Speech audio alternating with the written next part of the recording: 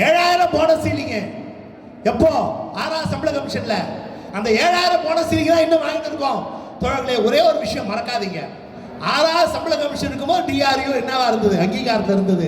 6ஆம் சம்பள கமிஷன்ல பிரம்மாண்டமான பலன்களை இதுவரை இல்லாத அளவிற்கு பெற்றது டிஆர்யூ இருக்கும்போது. 7ஆம் சம்பள கமிஷன்ல டிஆர்யூ இல்ல, இவங்க தான் இருந்தாங்க. சக்கரங்கள் சுழலாதுன்னு சொன்னாங்க. ஆனா என்னாச்சு?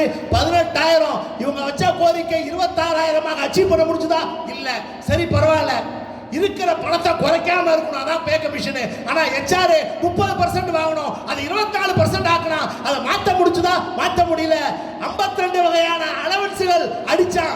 அட்வான்ஸ்கள் பொங்கல், ரம்ஜான், தீபாவளி, கிறிஸ்துமஸ் அத்தனைக்கும் அட்வான்ஸ் வாங்கிட்டு இருந்தோம். அத்தனையும் ஒழிச்சாங்க. வெரி குட்டுங்க. குட்டு இருந்தது வெரி குட்டா மாத்துறாங்க ப்ரமோஷனுக்கு அப்பார்ல. அந்த அப்பாரை கூட அவனால ரத்து பண்ண வைக்க முடியல. 18 மாசம் சார், 18 மாசம் யோசிச்சு பாருங்க. பழைய HRA 18 மாசத்துக்கு நம்ம 6ஆம் சம்பள கமிஷன் HRA 7ஆம் சம்பள கமிஷன் வந்த பிறகு நம்ம வாங்கிட்டு இருந்தோம். மறக்காதீங்க. HRA 30ல இருந்து 24 ஆக்கணும்னு இவங்க என்ன சொன்னாங்க? ஹை பவர் கமிட்டி போடுவாங்க. அது வரைக்கும் நம்ம என்ன பண்ணலாம்? பழைய HRA வாங்கிக்கலாம் வந்து சொன்னாங்கல்ல. கவர்மெண்ட் கிட்ட ஒத்துக்கிட்டு வந்து கவர்மெண்ட் கிட்ட கடைசியில் என்ன பண்ணாங்க? HRA அலவன்ஸ் ரிப்போர்ட் விடு, அலவன்ஸ் கமிட்டி ரிப்போர்ட் கொடு, அலவன்ஸ் கமிட்டி ரிப்போர்ட் கொடு, கெஞ்சின்னு தான் இருந்தாங்க. 18 மாசம் கழிச்சு அலவன்ஸ் கமிட்டி ரிப்போர்ட் கொடுத்தான். அது எவ்வளவு லாஸ்?